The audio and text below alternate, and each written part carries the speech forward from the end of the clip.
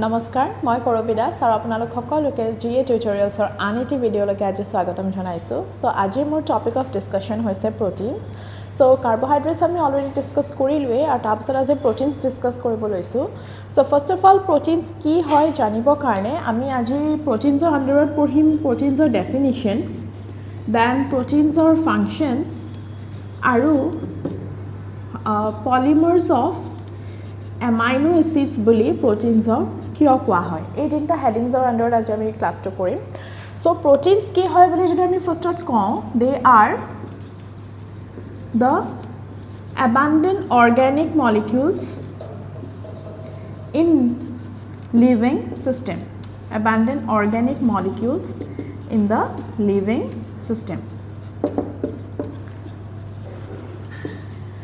So proteins are the abundant organic molecules in the living system. So আমি যদি proteins-ৰ গঠনটো কেনেকৈ হৈছে চাব লাগে আমি proteins-ৰ elemental composition-লৈকে যাব লাগিব elemental composition বুলি যদি আমি চাওঁ then protein is mainly composed of 5 different elements. So সেই elements কেইটা হৈছে carbon then আমাৰ আছে hydrogen then oxygen then nitrogen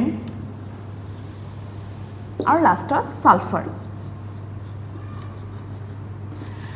so gutegitare elemental composition jodi sabo lage hihotor percentage kiman amount of kuntu element protein ot thake jodi ami sao then carbon thake amar 50 to 55% hydrogen thake amar 6 to 7.3% then oxygen thake 19 to 24% Nitrogen thakibo 13 to 19% and then sulfur thakibo 0 to 4%. So 0 to 4%. So this is the elemental composition of proteins. Etia ekhini elemental composition or ekhini hoise apnar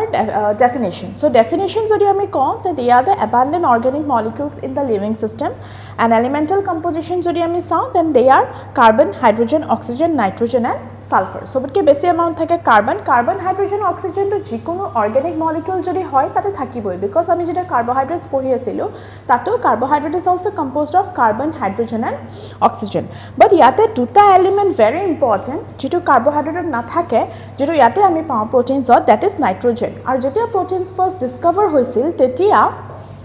Muldere proteins নামটোৱে দিছিল যিবোৰ কম্পাউণ্ডছত nitrogen বহুত বেছিকৈ থাকে so nitrogen rich compounds were being named by Mulder as proteins so এতিয়া এখিনি হৈ গল আপোনাৰ ডেফিনিশ্যন এণ্ড এলিমেণ্টেল কম্পোজিশ্যন এতিয়া আমি যদি প্ৰটিনছৰ ফাংচনছখিনি চাব যাওঁ প্ৰটিনছৰ ফাংচনছ আমি সদায় পঢ়ো আণ্ডাৰ টু হেডিংছ ষ্টেটিক ফাংচন যিটোক ষ্ট্ৰাকচাৰেল বুলিও কোৱা হয় ষ্ট্ৰাকচাৰেল ফাংচন অফ প্ৰটিন আৰু এটা আছে ডাইনামিক ফাংচনছ এটা প্ৰটিনছ আমাৰ বডিত আমাৰ ফান্ডামেন্টাল বেসিসটো বনোৱাৰ কাৰণে বহুত বেছি দৰকাৰ মানে আমাৰ যেটো বডিৰ ষ্ট্ৰাকচাৰ আমাৰ যেটো বডিৰ strength that always depends on the protein আৰু যিকিটা প্ৰটিনছ এ বডিৰ ষ্ট্ৰাকচাৰ এণ্ড ষ্ট্ৰেংথ মেইনটেইন কৰাৰ কাৰণে হেল্প কৰিব সেই প্ৰটিনছখিনিক আমি ষ্টেটিক বা ষ্ট্ৰাকচাৰেল ফাংচনছৰ আণ্ডাৰত পঢ়ো যেনেকৈ ইহঁতক কোৱা হয় যে they perform brick and mortar roles মানে যেটো বেসিক ফান্ডামেন্টাল ইউনিট হয় আমাৰ বডিটো বনিবৰ কাৰণে যিখিনি আমাক ষ্ট্ৰাকচাৰ লাগে মাসলছ লাগে টিস্যুজ লাগে all will be made up of the proteins আৰু সেইখিনি proteins আমি static structural functions আণ্ডাৰত পঢ়ো যেনেকৈ ফৰ এক্সাম্পল যদি মই কওঁ collagen আছে দেন আছে ইলাষ্টিন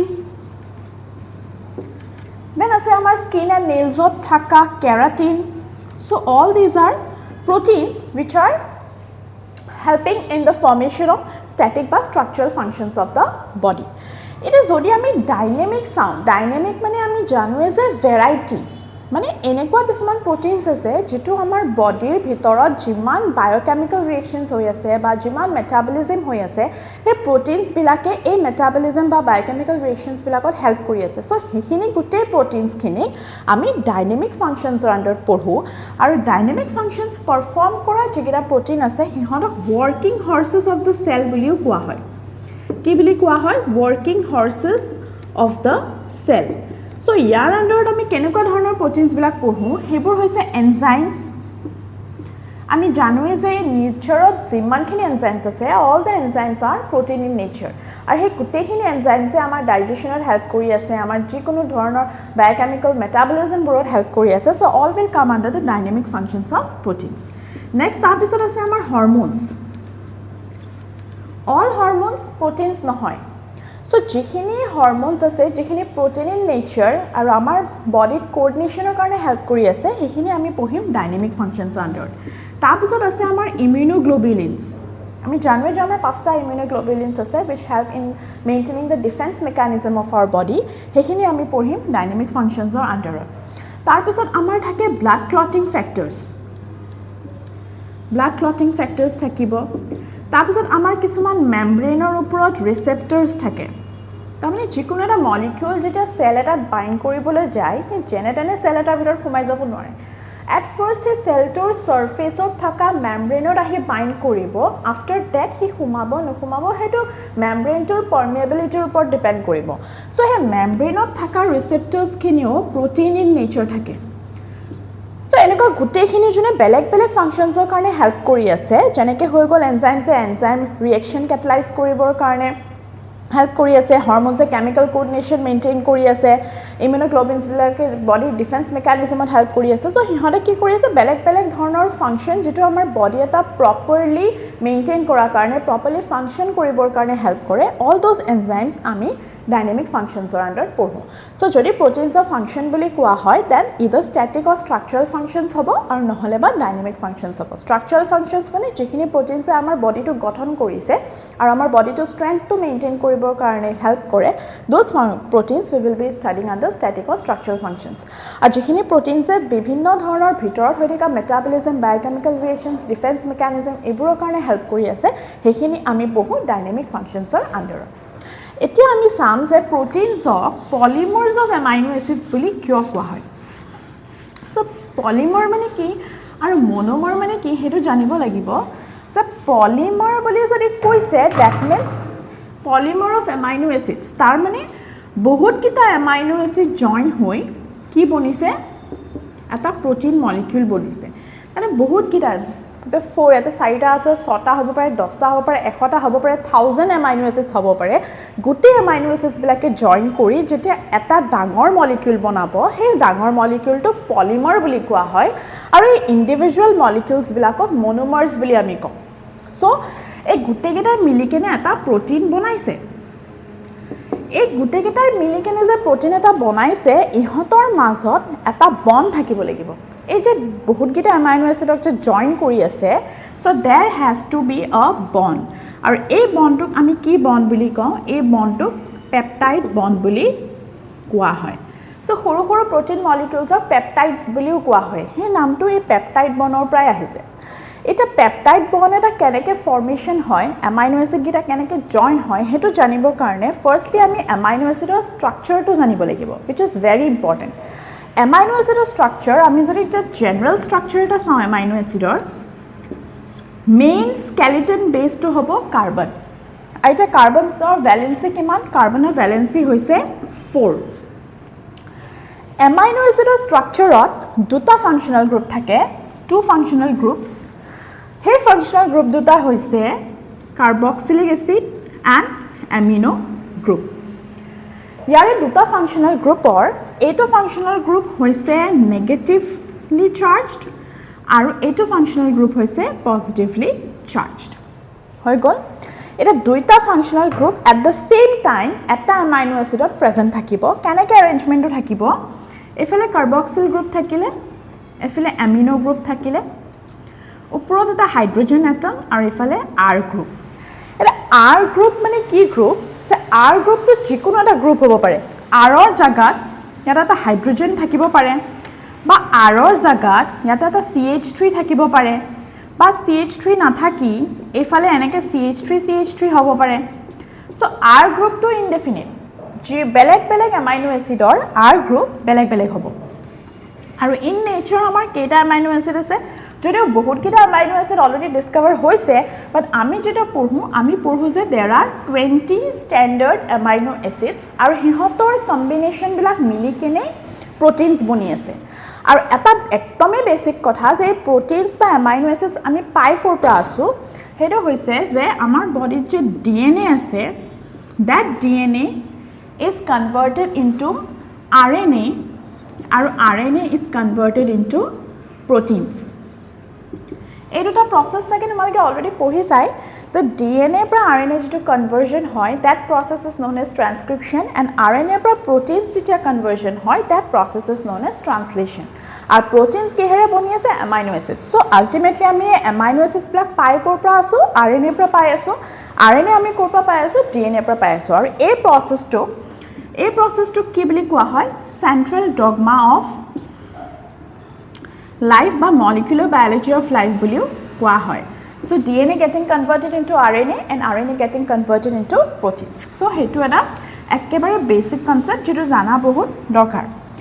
এতিয়া আমি যদি স্ট্ৰাকচাৰটো চাওঁ মই কলোৱে যে দুটা ফাংশনাল গ্ৰুপ থাকিব এটা নেগেটিভলি চাৰ্জড মানে এসিডিক গ্ৰুপ আৰু এটা পজিটিভলি চাৰ্জড মানে বেসিক ইয়াৰে এইটো এসিডিক গ্ৰুপ হয় আৰু এইটো বেসিক গ্ৰুপ হয় হৈ গ'ল ইয়াৰ এৰেঞ্জমেন্টটো এনেকৈ থাকিব ইয়াৰে যদি আমি এটো হৈছে জেনাৰেল স্ট্ৰাকচাৰ বুলি যদি এমাইনো এসিডক খুধে এইটো কিন্তু যদি আমাক খুধে যে ionic structure of amino acid মানে ইহতে যদি আয়ন ফৰ্মত থাকিব কেনেকৈ থাকিব বেসটো সেম ইফালে হাইড্ৰোজেন এটম আহি গ'ল R গ্ৰুপ আহি গ'ল এতিয়া এটো যেহেতু এসিডিক নেগেটিভলি চাৰ্জড আৰু এটো যেহেতু basic which is positively charged এইটো হৈছে ionic structure of N amino acid এতিয়া আমি যিমানখিনি পঢ়িম আমি এমাইনো এসিডৰ আয়নিক স্ট্ৰাকচাৰটো লৈ কেনে পঢ়িম আমি কি চাবলৈ গৈ আছিলোঁ যে এটা পেপটাইড বন্ড ফৰ্মেশন হয় কেনেকৈ সো পেপটাইড বন্ড ফৰ্মেশন কেনেকৈ হ'ব হেতু কাৰণে মই স্ট্ৰাকচাৰটো ক'লো যে সাপোজ এইটো এটা এমাইনো এসিড হয় য'ত H গ্ৰুপ আহিল R গ্ৰুপ হ'ল COO মাইনাছ হ'ল আৰু NH3 plus this is the first suppose amino acid এইটো amino acid suppose এইটো amino acid এটা আমাৰ ইয়াৰ লগত কাৰ বন্ডিং হ'ব লাগে আৰু এটা amino acidৰ বন্ডিং হ'ব লাগে সো আৰু এটা amino acid আমি ইফালে ড্ৰ কৰি লওঁ same H group R group COO minus and NH3 plus এটা মানে কাৰ মাজত বন্ডিংটো হ'ব লাগে এই দুটাৰ মাজত এটা বন্ডিং হ'ব লাগে এই বন্ড ফৰ্মেশন হোৱাৰ কাৰণে এটা এমাইনো এসিডৰ কাৰ্বক্সিল গ্ৰুপ আৰু আন এটা এমাইনো এসিডৰ এমিনো গ্ৰুপেহে পাৰ্টিসিপেট কৰিব তেনেহলে কেনেকুৱা হ'ব যে এইটো হৈ গ'ল এইটো আৰু এবাৰ লিখিবই লাগিব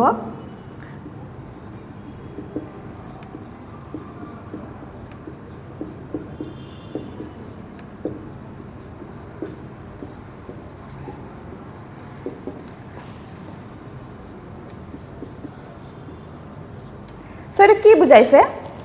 মই কলোৱে যে এটা এমাইনো এসিডৰ কাৰ্বক্সিল গ্ৰুপ আৰু আন এটা এমাইনো এসিডৰ এমিনো গ্ৰুপে পাৰ্টিসিপেট কৰিব